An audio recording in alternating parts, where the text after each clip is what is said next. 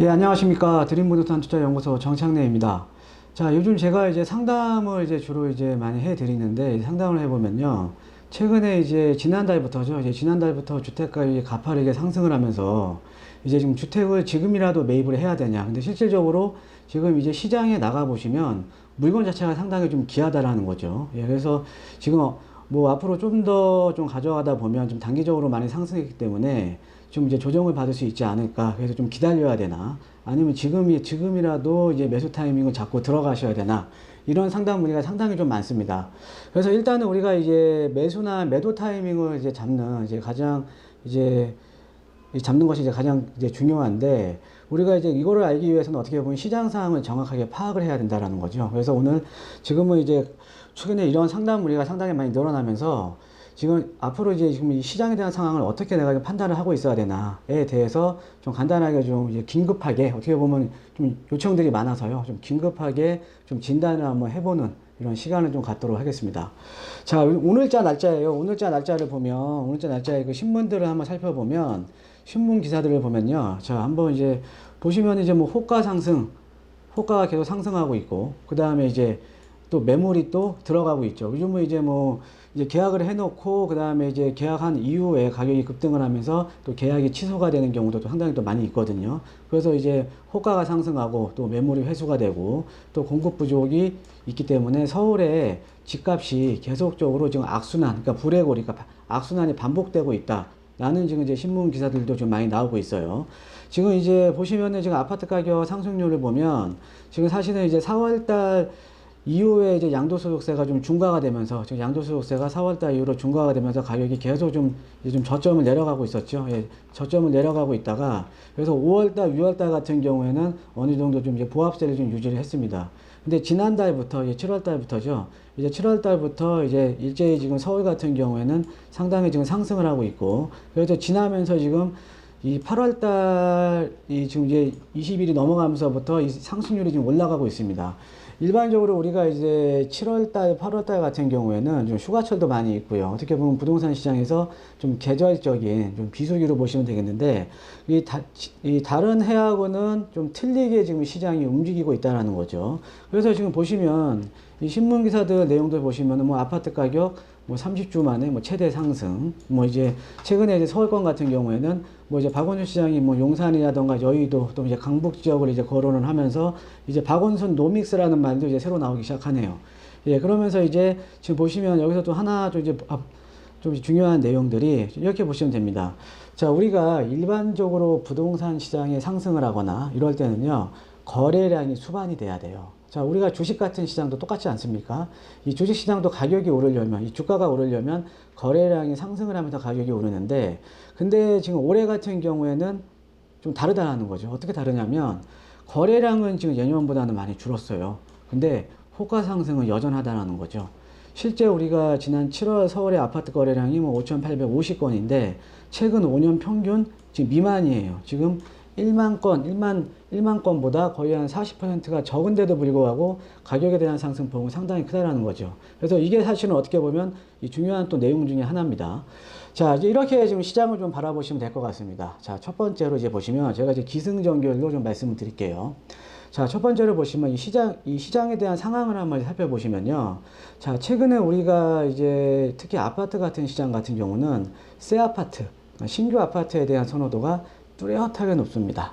근데 그 이유가 뭐냐면, 자, 우리가 과거에 이제 부동산 시장을 한번 보면, 과거에는 주택 공급이 전체적으로 부족했던 시기였기 때문에, 기존에 있던 아파트, 그 다음에 새 아파트를 이제 비교를 해보면, 이 주택 공급이 부족했던 시기였기 때문에, 만약에 기존 아파트가 밀집된 지역에 새 아파트가 공급이 되더라도, 이 기존에 있던 아파트 가격이 새 아파트를 따라서 거의 비슷하게 가격이 올라갔어요. 비슷한 상승률로.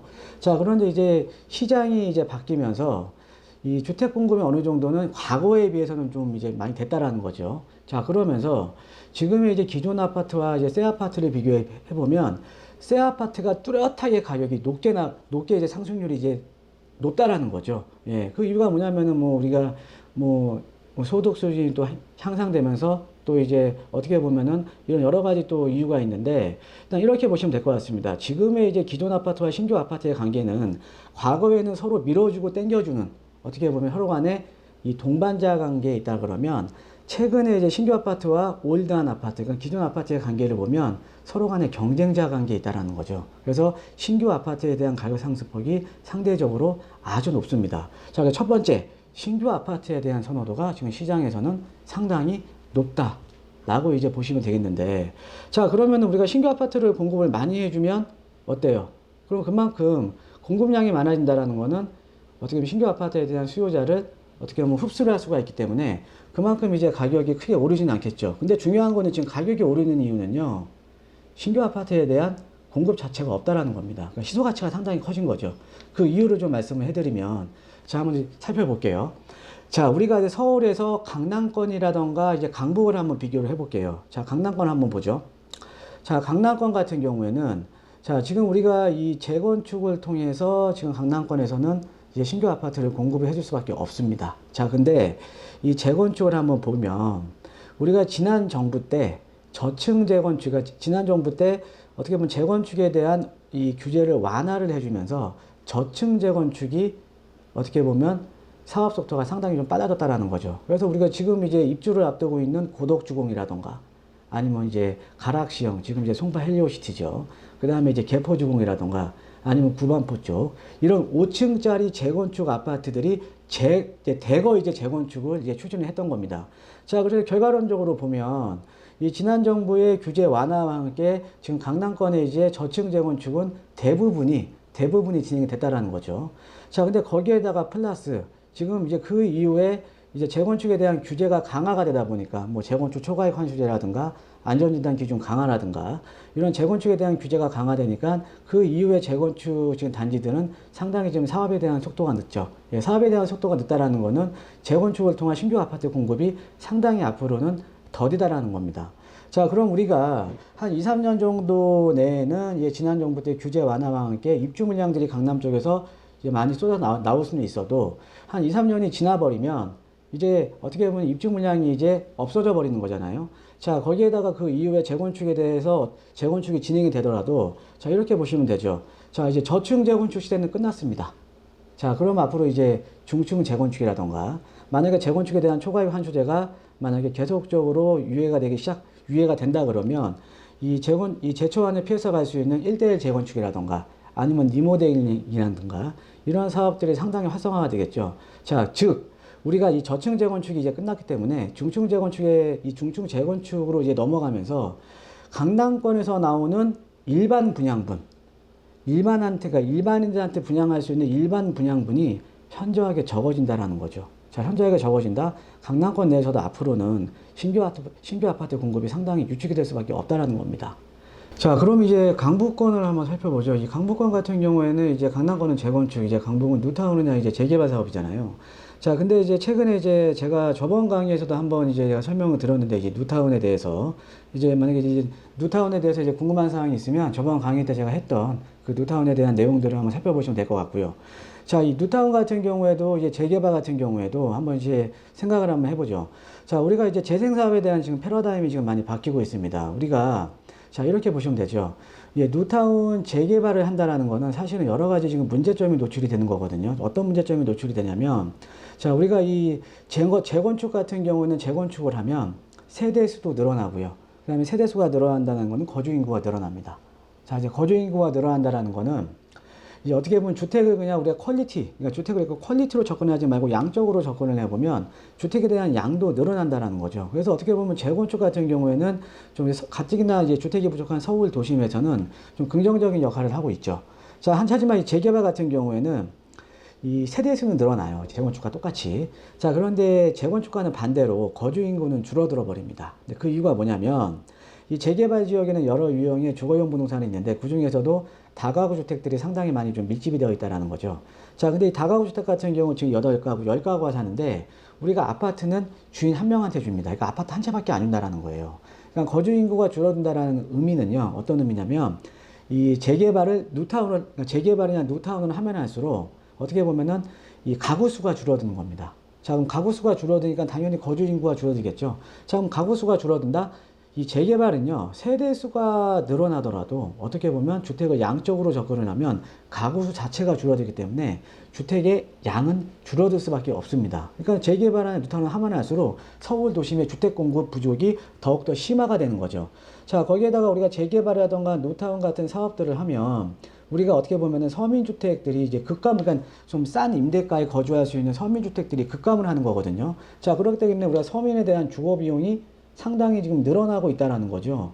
자, 우리가 최근에 우리가 서울 도심에 지금 빌라들 있죠. 뭐 빌라, 뭐 소형 주택들, 빌라들 가격이 지금 계속 꾸준히 오르고 있습니다. 꾸준히 오르고 있는 이유는 재개발이라던가 재건축이라던가 이런 그 정비 사업으로 인해서 우리가 서민들이 좀 싸게 거주할 수 있는 서민주택들, 저가주택들, 소형주택들, 이런 주택들이 집중적으로 매실되다 보니까 이런 빌라 가격이 오르면서 어떻게 보면 반대로 서민에 대한 주거 비용이 상당히 지금 늘어나고 있다는 거죠. 그래서 우리가 이 재개발이나 뉴타운 사업 이런 여러 가지 문제점이 있기 때문에 지금 재개발이나 뉴타운 사업 같은 경우에는 지금 재생사업에 대한 패러다임이 바뀌고 있어요. 그러니까 예전같이 무조건적인 전면적인 철거 이후에 신규 아파트를 공급을 하는 것보다는요, 그러니까는 그 지역 자체로 보존하면서 가는 재생사업을 지금 하고 있거든요. 그래서 현재 지금 재생사업에 대한 패러다임이 많이 바뀌고 있는데, 실제 예를 들면 부동산에 좀 관심이 있으신 분들은 많이 아실 거예요. 뭐 뉴타운 출구 전략이라던가. 이 뉴타운 출구 전략이 어떤 거냐면 재개발이나 뉴타운으로 구역 지정된 지역 중에서 이 조합원들의 사업에 대한 열의가 좀 낮은 지역들 같은 경우에는 이 이제 구역 지정을 또 해제를 해주는. 그래서 지금 이제 뉴타운 출구 전략으로 인해서 기존의 뉴타운 재개발로 구역 지정된 지역 중에 많은 수가 지금 구역 지정이 해제가 됐습니다. 즉 신규 아파트 공급이 앞으로 더 유축이 될 수밖에 없다라는 거죠. 자, 거기에다가 재생사업에 대한 패러다임이 바뀌면서 전면적인 철거보다는 보존하면서 가는 재생사업으로 가면서, 자, 앞으로 이제 재개발이나 이런 구역 지정은 상당히 좀 소극적으로 할 수밖에 없다라는 거죠. 그럼 당연히 신규 아파트 공급은 더욱더 유축될 수밖에 없다라는 겁니다. 자, 그래서 아까 제가 말씀드리면 첫 번째로 신규 아파트에 대한 선호도는 높아졌는데 지금 강남이나 강북권이나 어떻게 보면 앞으로는 신규 아파트에 대한 공급은 상당히 유출될 수밖에 없으니까 지금 가격이 오르고 있는 거예요. 자, 그리고 마지막으로 세 번째로 이제 보시면요.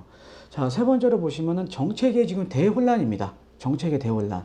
자, 우리가 지금 이번 정부 들어서 지금 여러 가지 지금 규제책을 펴고 있잖아요. 뭐 재건축이라던가 이런 규제를 강화시키고 있고요. 그 다음에 우리가 뭐 양도소득세라든가 종부세, 뭐 보유세라든가 이런 것들도 상당히 좀 강화를 해주고 있지 않습니까? 근데 여러 가지 대부분의 부동산 시장에 관계된 것들은 규제를 강화해주고 있어요. 자, 그런데 단 하나만 지금 완화를 해주고 있습니다. 바로 임대사업자죠. 자, 임대사업자에 대한 지금 이제 활성화를 지금 임대사업자 등록을 지금 계속 활성화시켜주기 위해서 임대사업자에 대한 거를 완화를 지금 해주고 있거든요. 자, 그런데 임대사업자에 대한 것만 지금 완화를 해주고 있습니다. 근데 그 이유가 뭐냐면, 자, 이런 거죠. 임대사업자가 늘어나면 늘어날수록 우리가 임대사업자를 등록을 해놓으면 연 5%가 임대보증금이 연 5% 상한에 걸리기 때문에 상대적으로 주택에 대한 임대시장이 상대적으로 아주 안정적이라는 거죠. 그래서 여러 가지 인센티브를 지금 주는 거거든요. 자, 그런데 우리가 임대사업자를 등록을 해내면 여러 가지 혜택이 있지만 가장 중요한 내용이 양도소득세에 대한 내용이거든요. 자, 우리가 서울 같은 지역은 지금 올 4월부터 양도소득세가 중과가 되면서 2주택 이상 다주택자는 양도소득세가 중과돼 버립니다. 자, 그런데 임대사업자를 등록을 해놓으면 이런 양도소득세 자체가 일반가세로 적용이 되면서 우리가 이제 뭐 8년짜리의 경우에는 장기보유 특별공제 70%까지 가능해요. 자, 그러면 당연히 집을 여러 채 가진 다주택자들 입장에서는 현실적으로 되게 택할 수가 있는 게 임대사업자 등록이거든요. 자, 그런데 문제점이 뭐냐면요. 임대사업자 등록을 하면 8년 동안 그 임대사업 주택을 시장에 못 내놔요. 자, 그러니까 임대사업자가 많아지면 많아질수록 시장에 물건이 더 희소해지는 겁니다. 상당히 좀 아이러니하죠. 자, 그래서 아까 제가 서두에 이제 신문기사를 제가 잠깐 읽어드렸는데 거래량이 수반이 되지 않는데 지금 가격이 오르고 있는 거예요. 이런 여러 가지 이유 때문에. 자, 그래서 제가 한번 정리를 한번 해드리면 지금 시장 상황을 정확하게 판단을 하셔야 됩니다. 첫 번째, 시장은 신규 아파트를 좋아한다. 두 번째, 신규 아파트는 계속적으로 공급이 유축될 수밖에 없다. 세 번째, 정책적으로 지금 혼란이 계속되고 있다. 여러 가지 규제를 하고 있는데 불구하고 임대사업자에 대한 추가적인 인센티브가 계속적으로 주어지면서 임대사업자가 많아진다는 것은 즉 시장의 물건이 점점 희소해지는 겁니다. 자, 그래서 좀 결론적으로 보면요. 지금 이제 이 시장 자체가 지금 아파트 가격이 지금 상승을 했지만, 물론 이제 앞으로 뭐 뉴타운 재개발 아니면 강남 재건축 때문에 입주 물량들이 나오게 되면 어느 정도는 또 이제 보합세를 유지할 수가 있지만, 궁극적으로는요, 서울 도심의 아파트 가격은 계속적으로 상승할 수밖에 없다라는 거죠. 자, 그래서 지금 제가 봤을 때는 만약에 지금 내 집 마련을 하려는 뭐 실수요자 입장이라던가 이런 분들 같은 경우에는 향후에 가격이 조금 뭐 입주 물량이 많아질 시기에는 조금 조정될 수는 있어도 궁극적으로는 우상향 곡선이 그려질 수밖에 없습니다. 그래서 지금 우리 이 강의를 보고 계시는 우리 그 유튜버라고 하죠. 예, 유튜버 분들 예, 보시면 지금 시장 상황은 냉정하게 이해를 하고요. 판단을 하셔야 됩니다. 자, 그래서 이번 시간에는 워낙 요즘 이게 상담 문의가 이제 그런 것들이 이제 많이 들어와서 좀 긴급하게 지금 이 현재 시장 상황에 대해서 좀 진단을 해 드렸습니다. 예, 이상입니다.